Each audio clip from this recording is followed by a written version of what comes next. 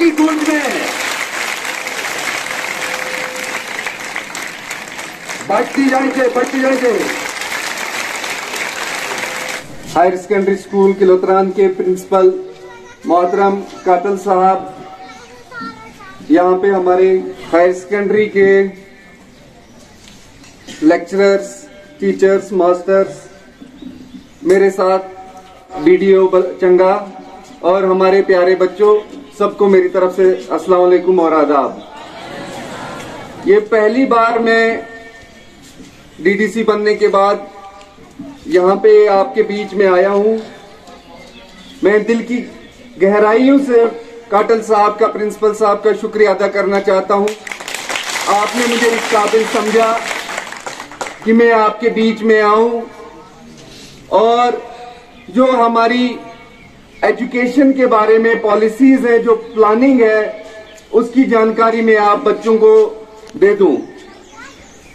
सबसे पहले तो मैं एक बात साफ कर देना चाहता हूं कि मैं डीडीसी बना हूं, मगर जब इलेक्शन जीतने के बाद मैंने हिंदुस्तान के आईन की हलफ वफादारी ली। उस हलफ वफादारी लेने के बाद मैं किसी एक पार्टी का नुमाइंदा नहीं रहा, मैं सभी पार्टियों का नुमाइंदा हूं। और चाहे कोई भी मजहब हो, कोई भी जात हो, कोई भी जबान हो, कोई भी इलाका हो, मैं सभी का नुमाइंदा हूं और खास तौर से आप सभी बच्चों का नुमाइंदा हूं। इसलिए कोई भी प्लान जब बनाना होता है तो हमें ये भूल जाना होता है कि हमने इलेक्शन लड़ा है और एक ही नजर से हर इलाके को, हर स्कूल को, हर बच्चे को देखना होता है।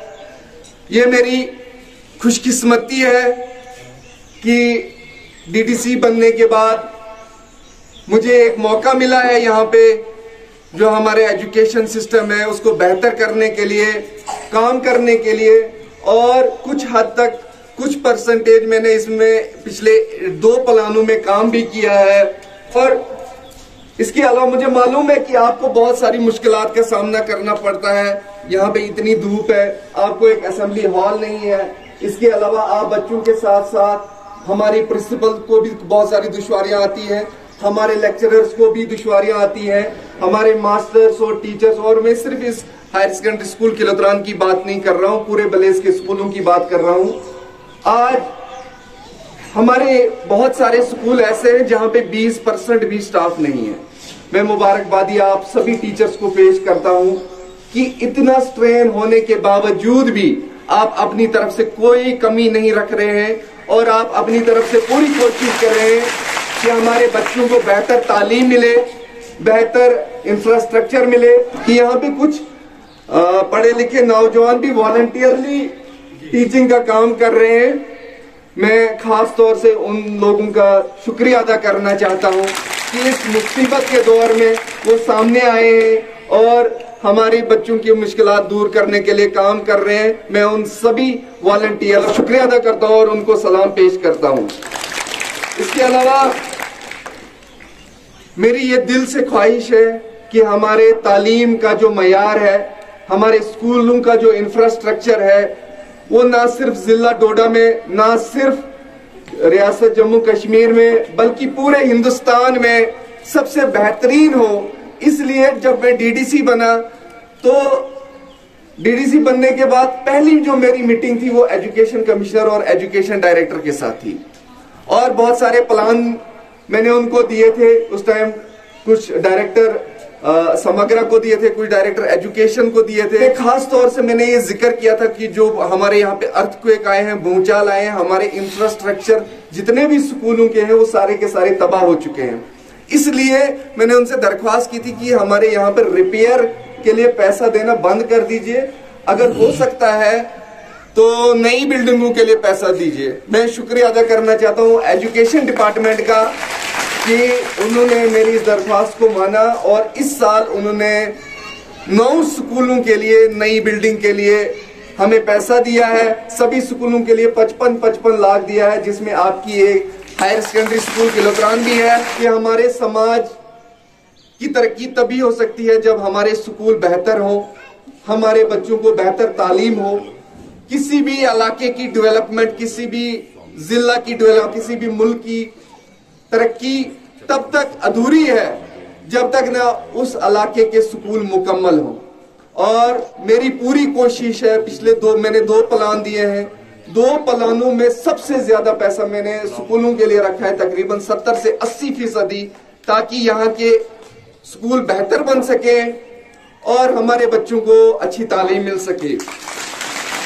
मेरी ख्वाहिश है कि हमारे जितने भी यहाँ पे स्कूल्स हैं, चाहे वो एलिमेंट्री स्कूल्स हो, मिडिल स्कूल्स हो, हाई स्कूल्स हो, हायर सेकेंडरीज हो, और एक हमारी डिग्री कॉलेज भी हमारी तैयार हो चुकी है, वहां पे क्लासेस भी शुरू हुई हैं। मैं चाहता हूं कि ये एक मॉडल बने और मुझे पूरा यकीन है, मेरे पास अभी 3.5 साल है, 3.5 साल के बाद जो भी हमारा यहाँ पे डीडीसी होगा उसके लिए मैं रास्ता हमवार करके जाऊंगा। और जितने भी एजुकेशन के इंस्टीट्यूट हैं वो तमाम के तमाम हम मुकम्मल करेंगे, नए इंफ्रास्ट्रक्चर बनाएंगे और लेटेस्ट टेक्नोलॉजीज के साथ उनको इक्विप करेंगे। सबसे पहले मैं बात करूंगा डिग्री कॉलेज की, क्योंकि यहाँ के बाद आपको डिग्री कॉलेज ही जाना है। डिग्री कॉलेज में अभी नई बिल्डिंग बन रही है, तो मैंने जो पहले नंबर पे प्लान में पैसा रखा वो वहां पे bachelor of computer application department खोलने के लिए दिया, और उसके लिए मैंने उसको 20 लाख रुपए दिए हैं। बहुत जल्दी यहाँ पे बीसीए का डिपार्टमेंट खुलेगा। मैं चाहता हूं कि आईटी के इस दौर में जहां पे पूरी दुनिया टेक्नोलॉजी से आगे बढ़ रही है, वहां पे हमारे भलेस के बच्चे भी आगे बढ़े, smart classes enabled classes start हो। और उसके लिए मैं 5 स्कूलों में ट्रायल कर रहा हूं। प्रिंसिपल साहब, मैं आपकी जानकारी में भी लाना चाहता हूं। और उन 5 स्कूल्स में आपका हायर सेकेंडरी स्कूल किलोत्रान में भी एक क्लास है। और ये 5 स्कूल मैंने वो आइडेंटिफाई किए हैं जहां पे अभी हमें इमीडिएटली डिसमेंटल करने की जरूरत नहीं है, जहां पे इंफ्रास्ट्रक्चर फिर भी बेहतर है, ताकि एक बार हम उसको इंस्टॉल करें तो उसके बाद उसको दूसरी जगह शिफ्ट ना करना पड़े। और वो स्मार्ट क्लासेस एनेबल्ड जो हमारे क्लासरूम्स यहाँ पे बनेंगे, आप लोग अक्सर सोशल मीडिया में या न्यूज में देखते हैं कि बहुत सारे स्कूलों में स्मार्ट क्लासेस है, मगर वो सही मायनों में स्मार्ट क्लासेस नहीं। एक प्रोजेक्टर लगा दिया जाता है और पीछे से लाइट आती है तो वो एक स्क्रीन जैसा बन जाता है। यहाँ पे एक मुकम्मल स्मार्ट क्लास बनेगी, एक इंटरेक्टिव पैनल लगेगा, रूफ माउंटेड स्पीकर्स होंगे, उसकी बारीकियों का भी मैंने ध्यान दिया है, उसमें कितना रेजोल्यूशन होना चाहिए, उसमें कौन से कलर होने चाहिए, वो भी मैंने ध्यान में रखा है। तो मैं आपको ये बता दूं कि ये मिडिल स्कूल जो चंगा में था उसको शिफ्ट करके अभी हमने टेम्पररी यहाँ पे लाया। ये स्कूल बन रहा है मिडिल स्कूल, ये हिंदुस्तान का पहला ऐसा मिडिल स्कूल होगा जो स्मार्ट क्लासेस अनेबल्ड होगा। हिंदुस्तान के किसी भी कोने में कोई भी गवर्नमेंट एलिमेंट्री स्कूल ऐसा नहीं है जो स्मार्ट क्लासेस अनेबल्ड है। जितनी भी क्लासेस होंगी वो सारी की सारी स्मार्ट क्लासेस अनेबल्ड होगी। और मैं ये अपने लिए खुशकिस्मती समझता हूँ कि वो पूरे हिंदुस्तान में सबसे पहले इस भलेसा में लग रहा है। मेरे जराये बहुत कम है, मेरे पास जितने एक सरपंच के पास फंड्स होते हैं उससे कम होते हैं। मेरी दरख्वास्त है आप सभी बच्चों से, आप जिस भी पंचायत में रहते हैं, आप अपने घर वालों को बोलिए कि अपने सरपंचों को, अपने पंचों को दरख्वास्त कीजिए कि ये पैसा जाया करना बंद कर दीजिए और जो प्लान है उसमें एजुकेशन का इंफ्रास्ट्रक्चर और प्रोक्योरमेंट ऑफ इक्विपमेंट्स के लिए लगा दीजिए।